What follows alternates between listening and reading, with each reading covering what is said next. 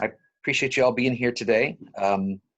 We just have a few things to go over to kind of help us scaffold to the next level on what we need to get you.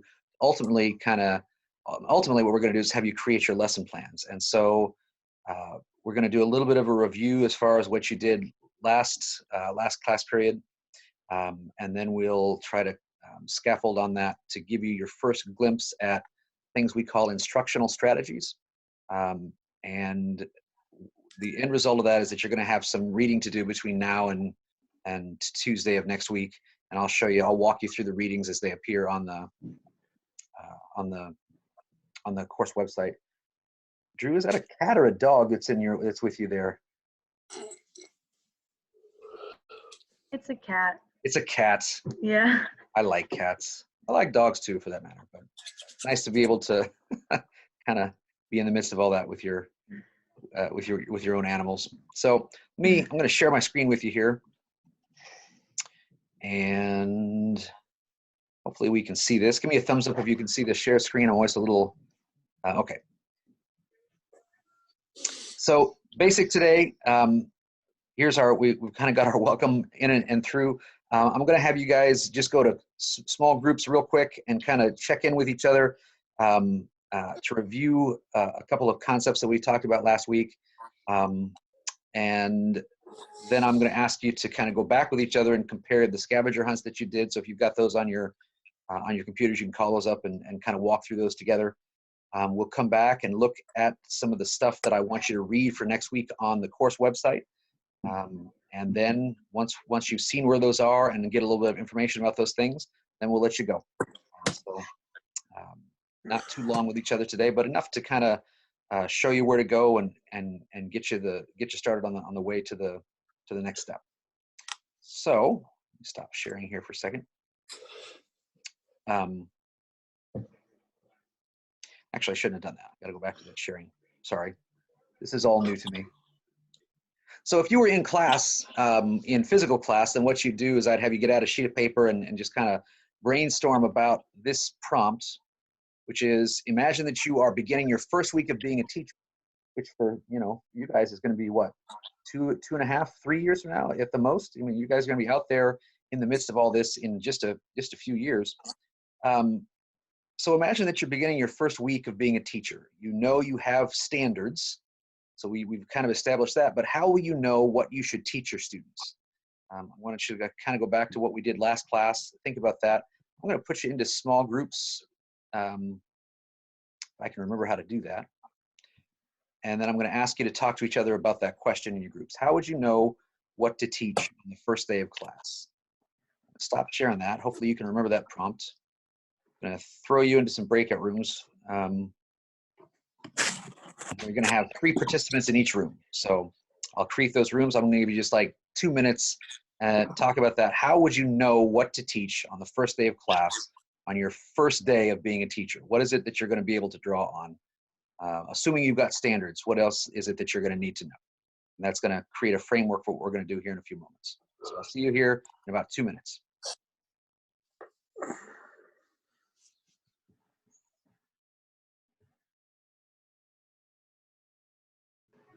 All right, so I started the recording again. Some of us are having technical issues, including maybe me, but just in general, if you want to share just a little bit of what you talked about over the last 2 minutes, how is it that you're going to know what to teach when you first step into your classrooms on that first day of teaching? How's that going to be like for you? And are you able to, the other thing I would say is my connection here today is unstable. So am I cutting out? Are you guys able to hear me? Okay. So what did you talk about in your groups? How are you going to know what to teach that first day?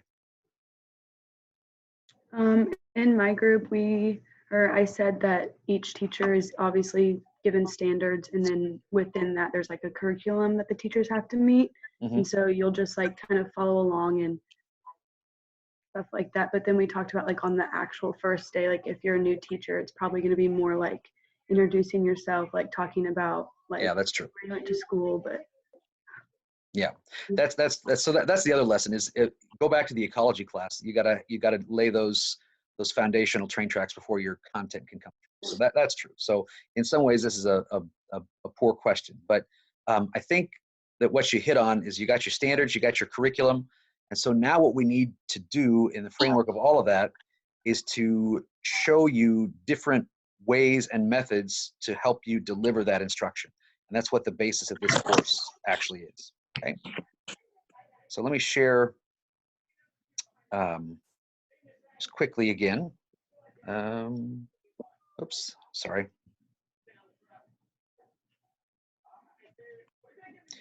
I'm going to show you this screen, and I'm going to put you back into those groups for just like literally a few moments, and I want you to see if you can kind of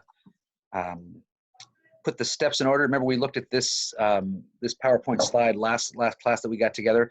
It's got all the steps that you've done from first to last in terms of the way that you should design your lessons and your teaching for your units. So I'm going to ask you if you can get back in those quick groups and just kind of put these back together. And then we'll look at the completed slide here in just a second, just to see if you can get the process back down. So I'm going to send you back those groups here. And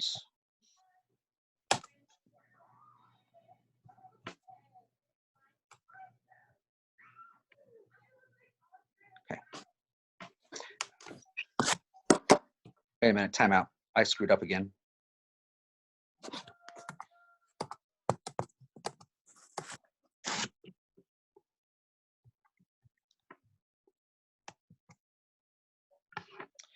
Yeah, I screwed this up. Sorry, Joseph. It's all right.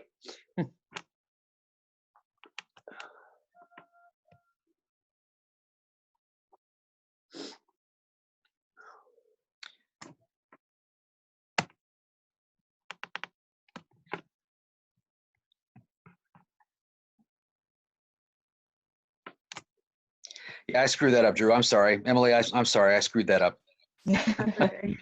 I meant to tell you there was a PowerPoint slide available for you to download. That's okay. Yep. I'm still new at this, struggling a little bit.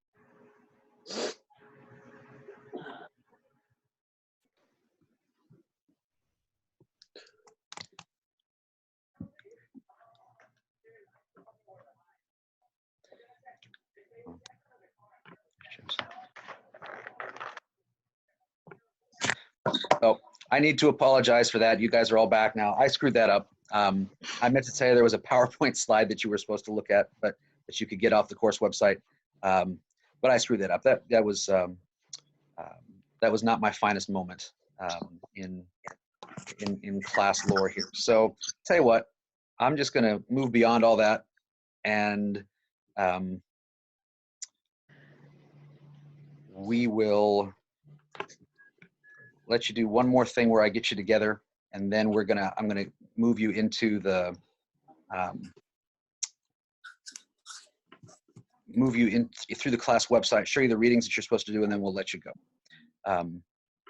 So essentially what I want you to do by the end of class today is I want you to remember the terms that you looked up and that you worked with each other, and then I'll let you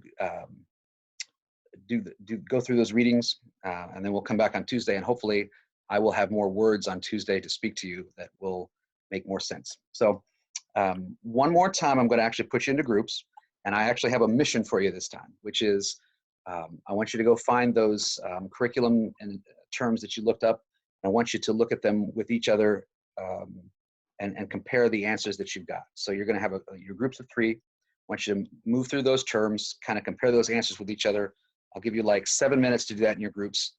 Make sure that you're on the same page with those answers. Come back, I'll give you those readings, and then we'll head out today. So hopefully the breakout rooms will work better this time. You should have those things. You should be able to compare them with each other, and I'll see you here in a few moments.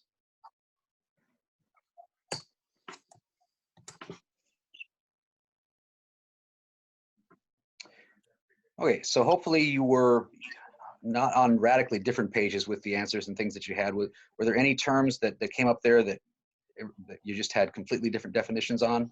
No? Okay, so that's kind of what we generally find, is that you're in good shape with that.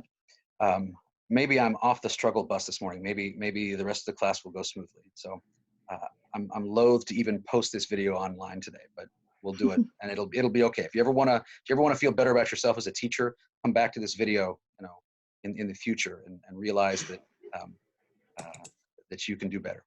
Okay, so I'm going to share my screen with you one more time.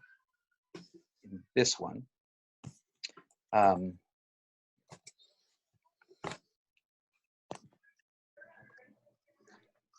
For the next class meeting, I'm going to walk you through where you can find these on our course website here in just a second. But I'm going to ask you to read through 4 different readings. And as you go out into your classroom, we've talked an awful lot about standards and designing assessment. That's what the whole first block of this semester was about. This course is about curriculum instruction. That's why it's named that. The curriculum is kind of a longer discussion, and I think it may have been Drew that talked about in their group. They talk about breaking down the standards and then having the curriculum that you go to. That curriculum, is based on standards, but then it comes down to when you're actually in your classroom and when you're teaching, how is it that you're going to go about delivering that curriculum in a way that becomes meaningful for students? And we call that instruction. And there are many different instructional methods that you can go through to fit the needs of your class. And so the readings that you're going to do we're going to introduce you to the research on the most effective instructional methods. And there are 2 folks that you're going to read in particular that are considered kind of the forefront of instructional method research. And one of the fellows is named John Hattie, and the other fellow is named Robert Marzano.